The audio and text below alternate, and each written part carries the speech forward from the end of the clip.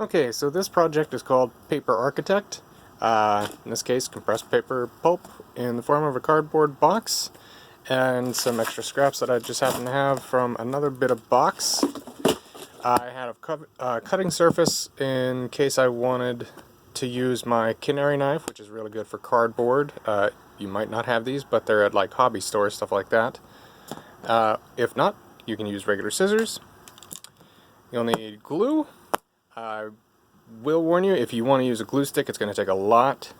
If you use the school glue, don't use too much because it is watery and will soak into the cardboard and make it swell. Some tape to hold the pieces together while the glue dries. Ruler, pencil, because if you're like me, you make a lot of mistakes and need the undo button there. Marker as well. This is going to be my model for the house later. And optional bits like craft sticks and toothpicks, etc. So, if you have construction paper for decoration, that's good too.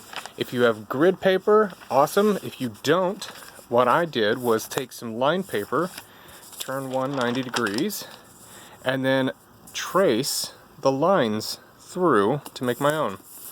Then what I did is take a piece of that, used the glue stick to adhere it to the piece of cardboard so I'd know which shapes I could cut out directly without having to make too many cuts.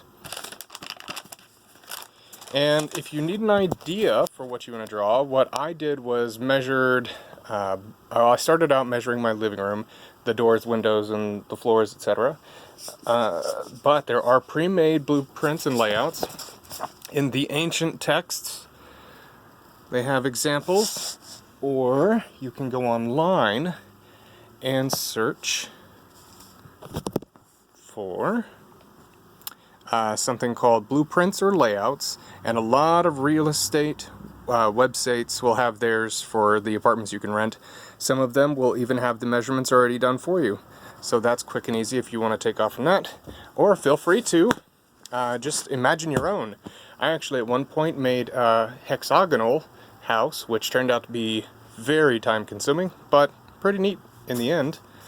So yeah, you get the measurements down. I have 1 square equals 1 square foot, so I had 8 squares tall for the entire wall, 7 for the doors, and 3 feet wide. This one I think is 15 feet. Can't remember exactly. So that was a sliding glass door, regular door, double window. Then you cut this piece out,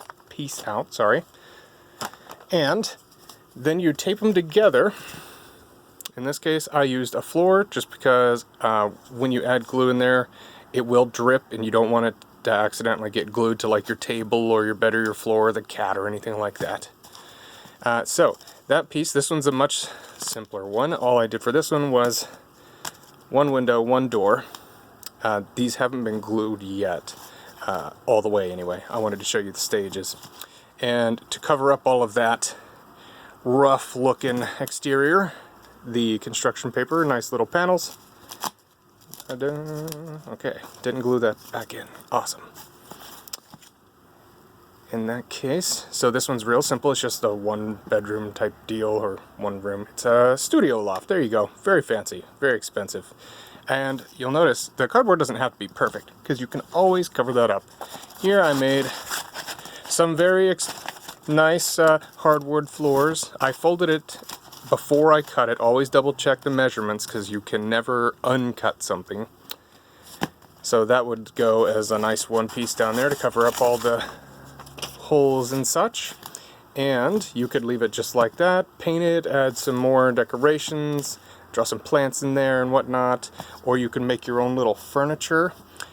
Here's another example that my son made. He didn't have windows on the outside because he wanted to have a skylight to light the place, and he didn't cut his door out all the way because he still wanted his to open and close, which is pretty cool. Now, the best part is you can make it as simple or as complex as you want. Here's another example. This one I actually used the last of my graph paper for, and there's the sliding glass door door and windows. I used the toothpicks for the thinnest parts because I just couldn't cut the cardboard that thin without destroying it. This one I haven't prettied up as much as the other one, but I did start making little furniture for it. There's my sink, cupboards, a bathroom with a little sink in there. And I tried my hand at making some stairs. Didn't turn out too bad. A little closet and such.